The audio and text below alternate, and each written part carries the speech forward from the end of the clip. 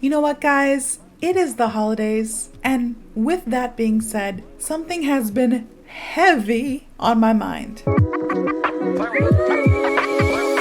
And that is all the delicious holiday foods. At the time of this recording, it is almost Thanksgiving. By the time you guys see this recording, it would be the Sunday after Thanksgiving, and you best believe your girl Carley probably had some really good Thanksgiving food. It only comes once a year, you might as well. And now we're just getting into December, and then I have a few birthdays in December, and then also there's Christmas and then New Year's, and like the holidays is just time for family, and with that, food. So with that being on my mind, which not gonna lie, food is typically almost always on my mind, your girl struggles. I love the gym, but I also love food, and it shows. But I digress. I wanted to do a fun I almost knocked the whole thing out. I wanted to do a fun little video today of idioms and expressions, so colloquialisms related to food. Now, America, we have a lot, we're foodies. A lot of people in America are foodies. And when I was researching this, there are plenty to choose from.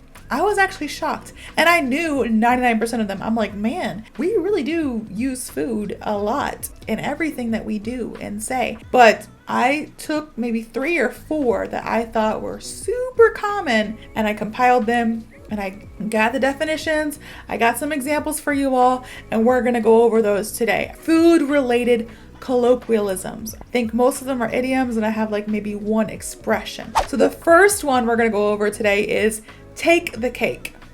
Again, that is take the cake.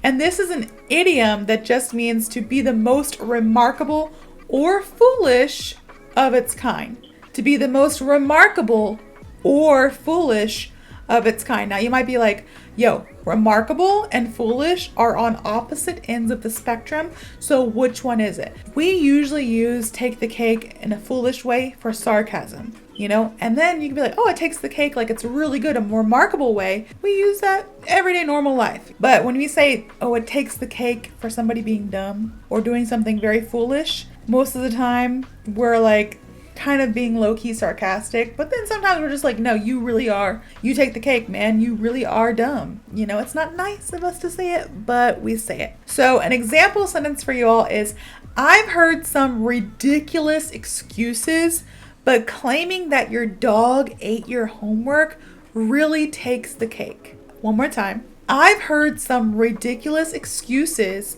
but claiming your dog ate your homework really takes the cake. Have anybody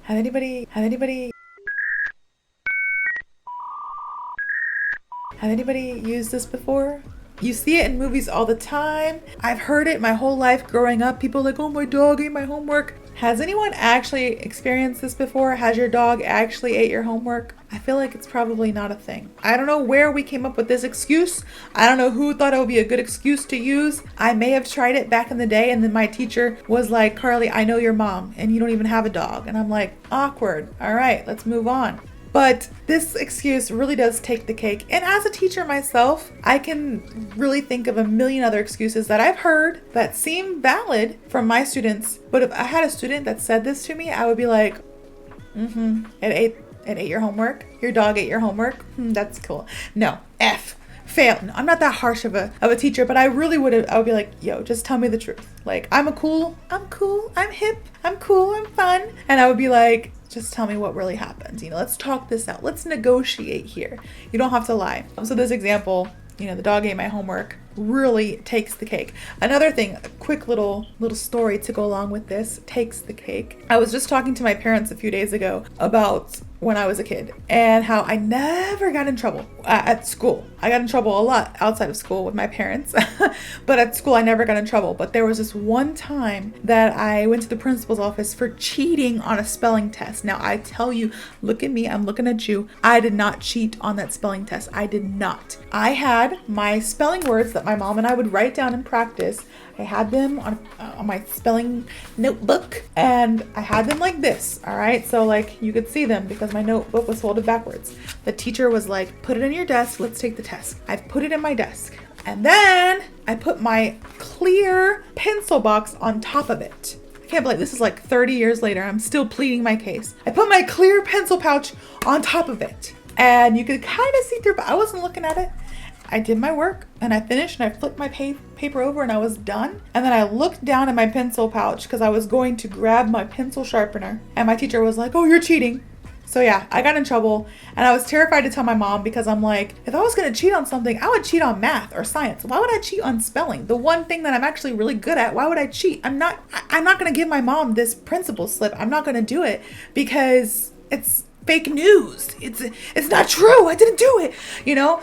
But they were like, if you don't give this to your mom, we're going to have problems. We're going to have to call her. So I was like, they'll probably forget. So I hid my pink discipline slip under the piano at my house, thinking like, it's all going to go away. I was in 3rd grade. I was like, this is all going to go away. This is going to be old news. I can just live my best life. It's going to be fine. My mom doesn't need to know. Well, after a couple days, the principal called my mom and was like, hey, did you get the pink slip? Your daughter cheated on her test, blah, blah, blah. It blew out of proportion into this crazy thing where I got my butt tore up. Yeah, spanked. I was in a lot of trouble. My parents believe, and I believe in that kind of punishment. And I was in some deep trouble there for a little bit because I lied. But my mom was like, Carley, putting it underneath the piano and thinking that I would never find out about it just takes the cake. Just takes the cake. Meaning like, that's the most foolish thing you could do. Because my mom was a teacher at that school. And of course all the teachers talk. So my teacher also, like, not only did the principal tell my mom about this, my teacher was also like, oh yeah, Carley got in trouble for cheating. My mom was like, what? My Carley? Because I don't do wrong, especially on a spelling test. Like, she was like, yeah. My mom was just like, Carley, it's just you thinking that I would never find out just takes the cake. That's the most stupid thing you could ever think of. And I was like, Mom, I know. Now I know. When I was in 3rd grade, like 7, 8 years old, I thought that was a smart idea. But now I'm 32. And I know, looking back, that was the stupidest thing I could have ever done. But I did it anyways. That's the first idiom. The food related takes the cake. So see, these are food related, but when you actually think about it, they're not really necessarily related to food. Just has like food in the idiom. So yeah, that was the first one. The second one is icing on the cake. We're talking about cake today, I guess. Cake. Okay, sorry.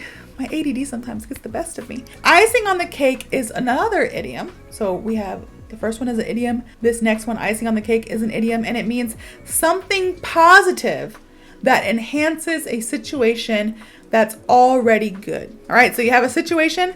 That situation is already a good thing. You already got a good thing going, but then something else happened that makes it just even better. It enhances an already good situation. It's the icing on the cake. So a lot of times you can use this like exactly how the definition suggests. You have something that's good, something else even better happens, and boom, that's the icing on the cake. It just makes it even better. You know, think about it. You have a cake, and cake is good to most people. I don't like cake. Shh, don't tell anybody. But cake is good to most people. But then when you put the icing on, a lot of people, not me, think that just makes it even better. No, it's disgusting. People think that icing, put that on the cake, it makes it even better. So when you say, oh, cake is good, and then you put the icing on it, it makes it even better. That's where this idiom comes from, the icing on the cake. Something is good already, but you put something else, something else happens and it just makes it even better. Icing on the cake. You can use it just like that. You can also use it if you're being very extremely sarcastic. So you can be like, yo, this morning I woke up late. My hair looked a hot mess. I did my makeup in 2 seconds. It looked so disgusting. I get in the car. I don't have any gas. I go to get gas and my tire, I hit a nail and blows my tire out. And you know what? That was just the icing on the cake. Everything is a bad situation. You woke up late. Your hair looks a hot mess. Your makeup's jacked. And then you don't have any gas. You go to get gas and you pop your tire. For me, the makeup thing would have been the icing on the cake because I would have been like, well, I'm just not going to go outside today. Like, that's it. I'm done. There's some people that are persistent and all the bad things that could happen. And you're just like, that's the icing on the cake for me, bro. Like, I'm done. I'm done with today. So you can use it in a sarcastic way. Like, all those things are bad, but then like something else bad happens and you're just like, that'll do it.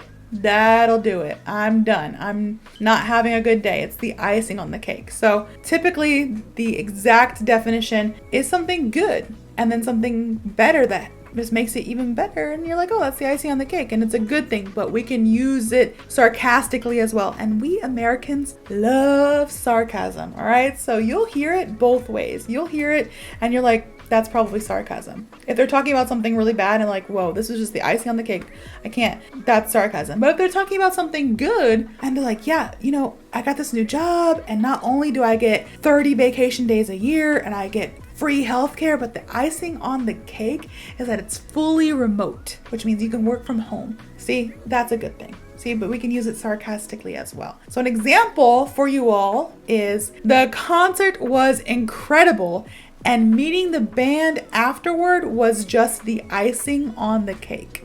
The concert was incredible and meeting the band afterward was just the icing on the cake. So you already have a good thing. You went to a really cool concert, but then you got to meet the band. That's the icing on the cake. Quick little story for this one, icing on the cake. Now, the other day I had like so many things I had to do and I was trying to organize the best way I could do them. And I was like, all right, I'm going to do this, I'm going to do this, I'm going to do this, and I'm going to do this and knock it all out. I woke up and this is like the night before. I'm like, okay, planning. I woke up and I was like, I have a headache. Oof. What am I supposed to do? And then I'm like, no, I still have to get these things done. So let me go. I had an appointment like 9 a.m. I went to my appointment. And then after I went straight home and then I went to the gym. And then after I came home and then I had a class to teach. So I taught my class. And then after I had another appointment at 1:45. So I had to do that. And then at the end of the day, I was like, I did all the things I had to do outside, but I had laundry on my list. I wanted to clean the refrigerator out and organize it because like we're cooking for Thanksgiving and everything. So I had all these other things and I'm like, you know what? My headache was just the icing on the cake for me today. Like I could have done the whole thing had I not have had a headache the entire day. The headache was the icing on the cake, which again, this is more sarcasm, not literal, but I was like, that's the icing on cake for me today, bro. I can't do it. I'm tired. My head hurts. I need rest. I can't do all of it. So I had to split it into 2 days and got it done. Most of it. I'm still working on some of it, but still the icing on the cake. The next idiom that we're going to talk about today is cherry on top. All right. Cherry on top. See, aren't these like really cutesy? Very cutesy, very demure. Okay, sorry. Very cutesy ones though. Like, oh, take the cake, icing on the cake, cherry on top. Super cute. But anyways, this idiom just means a desirable feature perceived as the finishing touch to something that is already very good. So let's take you back. You're 6 years old and you have your ice cream cone and your mom's like, here you go, honey. Here's an ice cream cone for you. And you're like, and it has like the little swirl. And then all of a sudden, it already has sprinkles on it. So you know it's going to be good because it's like a sprinkle cone. And then all of a sudden, the employee puts like a cherry on top and you're like looking at it with your big eyes. You're like, you know, you're so excited because not only was it a perfect cone with the perfect squirrel. Permitted to. Squirrel! I'm sorry. Perfect swirl with sprinkles. Oh my God, I just realized how bad my ADD is. Oh my God. But it had a cherry on top. Now it's like literally the perfect ice cream cone, right? Cherry on top. That's where that comes from. Like you had the cherry on top. It was already good. It's very similar to icing on the cake. These idioms you can kind of use them interchangeably, but you can put cherry on top. Literally like you have a good thing going and then it makes it even better. So just like icing on the cake, you can also use it sarcastically. All right. So a desirable feature perceived as the finishing touch to something that is already very good. Cherry on top, icing on the cake, super similar. Both you can use like the dictionary definition wanted you to use it. You can say, oh my goodness, I found this house. I want to buy this house because not only does it have 3 acres of land, my kids can play, it's fenced in, so we can get a dog and the dog can play. It also has a pool, all right? So we can just relax, have people over. It has a spot for grilling, it has a pool, but the cherry on top is that it's beneath our budget, which means it's cheaper than you expected, all right? It's beneath our budget. That's the cherry on top. It's good. You have a lot of good things going. A lot of land. It's fenced in. You can get a dog. You have a pool. You can have like people over because it's a big house. But then it's even cheaper than you expected to pay. Come on now. That's the icing on top. Or that's the cherry. Whoop. That's the cherry on top. Or you can say something sarcastically. So true story. When I was first trying to create a lot of YouTube videos before my trip.